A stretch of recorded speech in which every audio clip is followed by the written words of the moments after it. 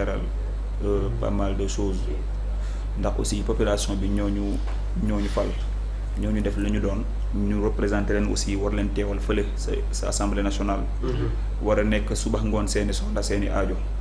te it si lañ nekk. donc bu amee lu lënt seen xel ñun duñu daw la communication parce que il faut ñu communiquer ak ñoom mu leen dañ. c'est normal, il faut qu'on le fasse. Merci beaucoup. Population bi dañuy dalal seen xel rek ne leen député yi ñu am nii. rupture bu ñu woote yemul seen làmmañ mu ngi seen i jëf. chaque jour ñu ngi ci terrain bi suba ngoon guddi ak bëccëg. pour lu saafara seeni jàngoro. député nag bëri na initiative yu mu mën a jël. Assemblée nationale c'est une institution collégiale. C'est pas pour rien mu am ay commission yu ñu fa teg ay commission technique yooyu ku si nekk dañ la jox ay pàcc yoo xamante ne sa ngay saytu sa ngay dox ci loolu nag commission yi ñu ngi si am nañ des plans de travail annuels yoo xamante ne ñu ngi koy exécuter ñu ngi dans le contrôle de l'action du gouvernement ñu ngi dans les plaidoyers mooy la fonction de représentation bi nga xamante ne bokkoon na suñuy fonction yi ëpp solo balaa may sori d'abord le député ne coûte pas cher voilà aux Sénégalais parce que député amul privilège il n'a qu'un salaire comme ñeneen ñi niñ ko amee te député bokk na les autres les mieux élus kenn nommé ko dañ ko fal comme ni ñu falee président comme ni ñu falee légitimité nationale la comme ni ñu falee président noonu la ñuy falee député ñoo bokk ni ñu leen di falee même mode d'élection presque léegi kooku légitimité nationale teewal toute la population sénégalaise est-ce que xam nga ne député Sénégal bokkoon na si sous-région bi député yi xamante ne ñooy sont les plus mal payés dans la sous-région par contrairement à d'autres au député Sénégal boo xoolee biir Sénégal le DG bi xamante ne ñun ñooy contrôler ses actions DG yooyu ñoo ëpp salaire les députés fuuf ñun nañu 2 fois wala 3 fois le ministre waxi nopp te ñun ñooy contrôler seen actions suba ngoon ñun ñoo topp seen gannaaw di daw dina fàttali li ñu war a def PCA waxi noppi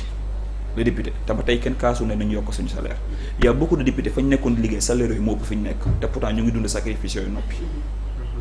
il faut que nit ñi xam loolu waaye les certaines inquiétudes sont légitimes ndax sénégalais yi dañ tàmmoon di gis député yoon dañ doon ñëw assemblée nationale di fay ko salaire mais après dem nekkaat si yeneen mbir léegi nag xam nga nit boo ko nekkalee fenn te gisul boppam ci nekk bi nga fa nekk c'est tout à fait normal moo ay inquiétude di poser wu la question yow est-ce que amal nga ma njariñ xëy na nag inquiétude yooyu nag yu légitime yooyu nag moo ñu topp ba tey moo tax gars yi parfois dañuy tiit di am yaakaar ne peut-être dañuy mel ni comme ñële waaye damay dalal seen xel c'est pas pour rien que les Sénégalais fal ñu à 54% jox ñu 130 députés lu mosul am c'est parce que dañoo am yaakaar si ñun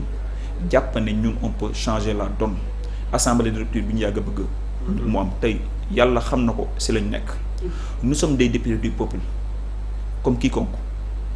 comme ñu koy prôné xëy na nag du ñu nekk ci réseaux sociaux yi di taper suñu dënn naan ñun ñooy kii wala nangam a nangam parce que boo nekkee ci liggéey concentré wu ci liggéey di nga tal leneen mais je peux vous assurer que ne député yi chaque jour ñoo ngi sur le terrain wax naa ko léegi am na initiative yoo xamante ne ce ne sont pas des initiatives individuelles politiquement da nga ñëw bokk ci groupe parlementaire parce que parti politique moo la fal mu ngeen am une vision sénégalais fal leen ci vision boobu noonu nga bokk ci groupe parlementaire donc lépp looy décider dafa war a méngoo vision boobu dans le cadre de ce groupe parlementaire là sur le plan technique ñu boole la ci commission man mi damay am lu mu war a porter sur le plan de l'éducation maa ngi bokk commission éducation mais man du ma ko porter man donc jarumay bind question écrite damay dem soumettre ko à la commission boobu wàcc sur le terrain ensemble nous sommes beaucoup plus forts. maanaam guy dafa waroon commission diisoo. waxuma kenn tudduma kenn. mais dama lay wax c'est-à-dire parfois c'est-à-dire certains Sénégalais damay wax Sénégalais yi il y a une panoplie d'initiatives parlementaires. ni mu amee question écrite question orale question d'actualité. noonu la amee aussi des initiatives te ce sont les commissions qui les prennent. c'est-à-dire li ëpp solo ci assemblée nationale commission yi ñoo koy def. moo waral la commission day def bilan groupe parlementaire def bilan. yow mën nga jàpp ne Matar mi député wala Sall ñoon député deful dara fekk moom li muy def da koy def dans le cadre d'une commission man à Bambilor ba seen bloc administratif bi daanu man dem naa fa ñu wax ko un député bi bind question écrite dugal ko te il n'habite même pas le département man ma dem sur place constaté dem toog ak le directeur bi nga xamante ne moo war a régler problème bi sur le champ am naa des informations porté naa un plaidoyer ba nga xamante ne moo gën a dal cette question équilibre ba nga xamante ni 2 mois après la ko am réponse moom l'action. l'action parfois une question écrite circuit bi mën na def 2 mois alors que yow sa présence sur le terrain auprès des DG auprès des ministres sa coup de fil bi ngay kii mu ëpp impact parce que question que dañuy bind tontu la nit ki nga bind jox ko mën na bind tontu la de façon restreinte comme ni nga ko bindee information yi c'est pas tellement exhaustive alors que boo toogee nit ki vous avez 30 minutes 1 heure de temps vous parlez à cœur ouvert nga ne ko lii laa bëgg a mën a lii moo mën a nekk lii lañ mën a def nga jël note nga génn dem et que après y a des réalisations qui suivent des fois nga am ay plaidoyer yu war a porter le cas de Bambilor par exemple dama ko wax la commission éducation jeunesse sport et loisirs commission bi déplacé wu fa visiter les lieux commission bi dem di si liggéey li mu war a liggéey léegi ëllëg bu amee résultat les gens ne vont pas voir que ne commission bi liggéey na ci parce que si suuf lañ ci doon def maanaam mbirum député nekkul di tàpp sama dënn maa tax réalisation am fii des fois nit dina bind dara wala wax ci dara si année bi moom réalisation nga ne man la fekk na xanaa xamuloo ne lépp dañ koy budgétiser tey jii boobu actuellement nii mën ngaa bëgg dara nga bëgg école sa dëkk bu bokkul si budget bi nii actuellement l'élaboration du budget démarré depuis février buñ ko programmé wul du sax bokk si budget déwén bi léegi yow nga wax ko mu am fekk na ministère bi budgétisé woon na ko bu yàgg mën ngaa yaakaar ne yow la comme it aussi say wax mën naa tax ministère bi bàyyi ko xel budgétisé ko c'est juste pour vous dire que l'esprit collégial di ànd ensemble li mu mën a faj ak moo bari. Ça c'est vrai. ak moo bari donc sénégalais yi nañ xam ne député yi ñoo ngi seen liggéey di ko def man je ne suis pas d'accord ci benn démarche ba nga xamante ne maanaam da ngay jàpp ne yow yaay def sama morom defuñu. démarche j'applaudis ce que fait Guy Marius Sagna. dama ko estimer son travail. Ça c'est vrai. li muy def question des initiatives parlementaires qu'il est libre de prendre. comme ñeneen ñi ñu koy defee man mosuma jël question écrite mosuma def question écrite. te pourtant ñàkkuma mën a bind je suis jeune. ça on sait. école nationale d'administration laa génnee 8 ans maa ngi bind nekk administration bi bind li ma bind ci courrier c'est des milliers. mën naa bind am naa jotu bind loolooy sama liggéey. mais c'est une démarche man mosuma bind question écrite. benn jour nit laaj na la moo tax mosoo bind question écrite ma ne ko mais y a une panoplie d'initiative parlementaire. man je préfère man woo parfois am na loo xamante ne tu appelles même un préfet le préfet. il te règle la situation le préfet. wala il te donne des informations le préfet. parfois tu appelles un conseil technique d'un ministre tu appelles un ministre un coup de fil parfois règle certains problèmes mais ñu ne la buntu classe gi yàqu na classe gi amul toiture rek nga bind question écrite c'est-à-dire et que les gens parfois léegi dafa dem ba léegi moo nekk mesure bi ñu nattee député dama si insister parce que c'est important dafa nekk léegi mesure bu ñu nattee député léegi. donc il faut qu'on sache qu'il y a une panoplie d'initiatives parlementaires et que. c'est-à-dire pour ñu ràññee la faaw ngay bind. loolu lañ faral di gis. voilà léegi pour ñu ràññee la faaw ngay bind nekk dans la communication parfois dans le populisme. ñu ne waa ji mooy liggéey waa ji mooy def nii wala waa ji ay du loolu gis nga ñun chaque jour on est sur le terrain chaque jour est pour l'intérêt du Sénégal yàlla moo ñu tiim chaque jour donc il faut les gens sachent que y a une rupture à l'Assemblée. et que nag bu ñu duggee dans la pratique. bu ñu duggee bokk dans l'institution ni muy doxalee sur les réformes les photos de vos visites. voilà ça c'est à Bambilor ça c'est à Bargny. Ça c'est dans un collège à Bargny. et que noonu la amee fenn lii c'était moi mais man ma commission a fait beaucoup d'universités Kaolack Bambey Thiès. Université Dakar à Bambey par exemple le député bi fa nekk Soxna Diarra Thiaw maa ngi koy saluer au passage. mais bañ ko waxee problème mu Bamba yax yooyu noonu bu ko neexoon mu bind question kii sànni def initiative solitaire daf ko ñu wax la commission s'est déplacée dem toog ak toutes les autorités de l'université dem toog ak les étudiants. bi ñu fa demee bi ñu fa paree ñu dem toog ak le ministre.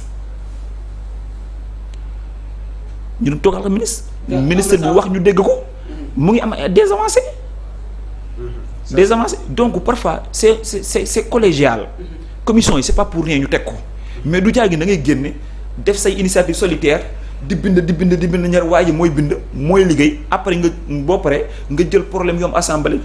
les supposés problèmes les supposés malentendus exposés sur la place publique ne man maay liggéey ñii liggéey ñu dañ fa nekk di bambula léegi benn dañuy moo tax nag même ma yeggali man góor laa man am na loo xam ne boo ko defee les Sénégalais nar ma xoolee man Saliou Ndione max yeneen les autres députés nous sommes 130 de Pastef 100 ak ñun les 130 de Pastef et plus les autres députés dañ fa nekk peut-être di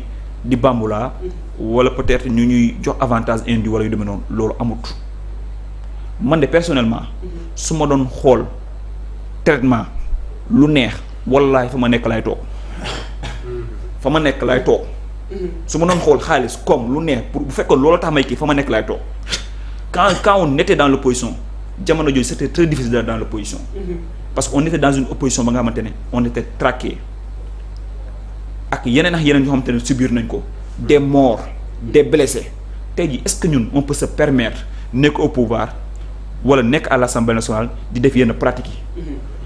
suñu ngor mayuñu ko suñu honneur may suñu jom mayuñu ko man je pouvais faire partie des jeunes yi xam ne dañu leen di dóor bal ndax dama nekkoon jeunes yi xamante ne bu dee xeex jotoon bu fekkee dafa joroon xeex pour seen réew dama doon wàcce di xeex te pourtant j'étais cadre dans l'administration soo ma neexoon ma toog ma ne kat yàlla suturaal na ma am na ma yenn avantage bokk ma ñi si ñi gën a sonn sénégalais xaaral ma dem toog sama ruxu mais je pense dama jàppoon loolu égoïsme la dama jàppoon loolu égoïsme yi dañu war a xeex ñun ñëpp pour que réew mi changer donc nag ndikim jamono jooju laa toogu sama ruxu bambu laaw ba dexaw je ne sais pas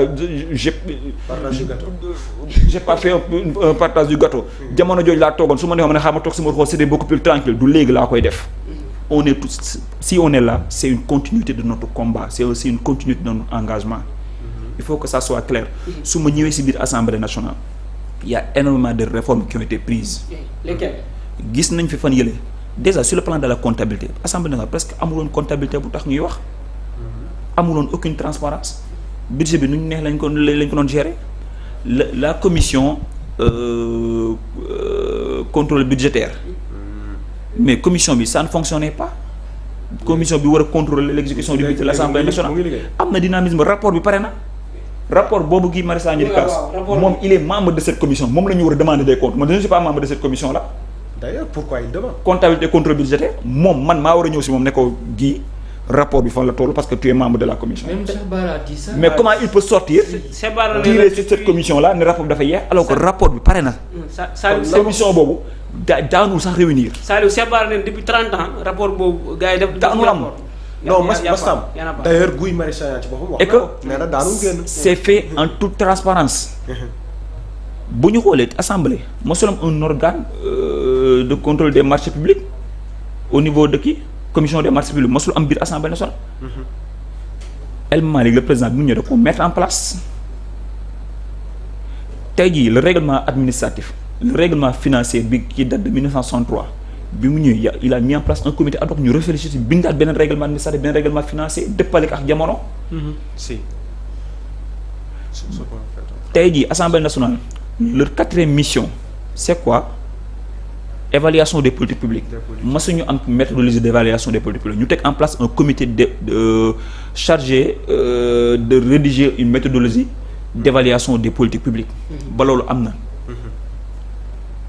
ak yeneen réformes yoo xamante ne ñu ngi koy def pour ñoŋal doxalin bi pour transparence ba tey jii la présidente du groupe de la commission de l'opposition mën na taxaw saluer ko ces initiatives là mën na taxaw saluer ces réformes là donc il y a des avancées maintenant on est dans un groupe tout n'est pas rose dañu hérité assemblée moom te ne xam nañ y a des problèmes on doit apporter des réformes tout n'est pas rose fépp nag dans partout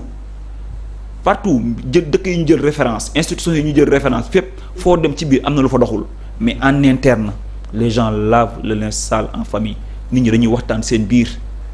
fii ñun ñëpp a dëggoo ñu andi fii dañoo taxaw doon xeexal réew mi bu ñu neexoon tappal li ñëpp doon xeexal réew mi ba ñëw fii dañu continuer di xeexal réew mi lu doxul biir assemblée nationale ñoo njëkk a taxaw taper sur la table waaye duñ ko def nag sur la place publique parce que nag am nañu parce que nag nous sommes des responsables